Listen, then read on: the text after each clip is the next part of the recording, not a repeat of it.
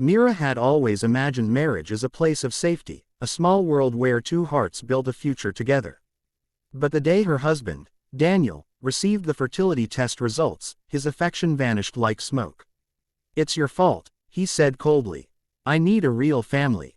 The words carved a wound she didn't know how to heal. He left days later. No apology, no softness, only slammed doors and divorce papers. An empty house, a heavy silence for weeks. Mira wandered through the rooms of their house like a ghost. Every corner whispered memories of a life she thought was stable. Friends avoided the topic. Relatives murmured pity. But Mira wasn't broken, just bruised. One morning, she packed a suitcase, closed the front door, and whispered to herself, "I deserve better."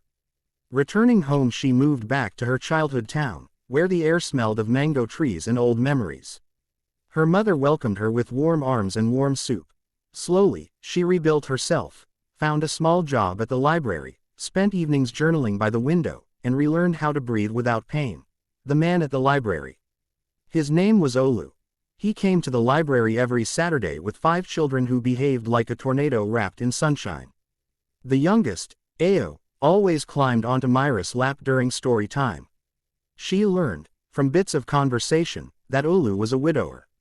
5 children, one tired smile, and a gentleness she hadn't seen in years. A quiet friendship. Olu began arriving early and leaving late, offering to help Mira organize books or carry boxes. "You're good with them," he told her one afternoon, gesturing to the children scattered across the reading mats. "They don't take to everyone." Mira felt a warmth she hadn't expected. She had always been told her worth depended on giving birth. Yet here, these children clung to her like she mattered. The confession. One rainy evening, when the library lights were dim and the world felt suspended, Olu spoke quietly. "I've been afraid to say this," he began, "but the children and we feel at home with you." Mira blinked, startled. "You don't know everything about me," she whispered. "My husband left because I can't have children." Olu stepped closer, eyes steady. "Mira, I'm not choosing a womb. I'm choosing a woman." When love returned softly, their relationship grew gently. Dinners, park outings, shared laughter, shared worries.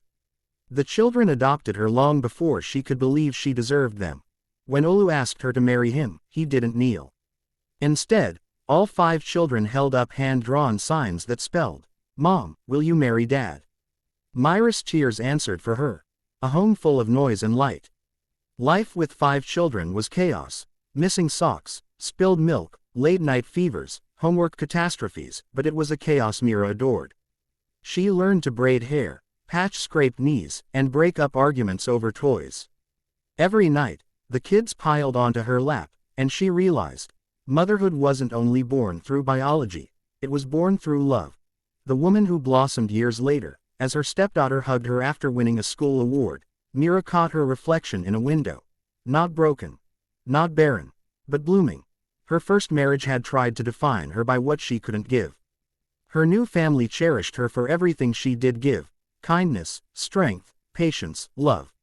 And in that loving, she discovered what she had always been. More than enough.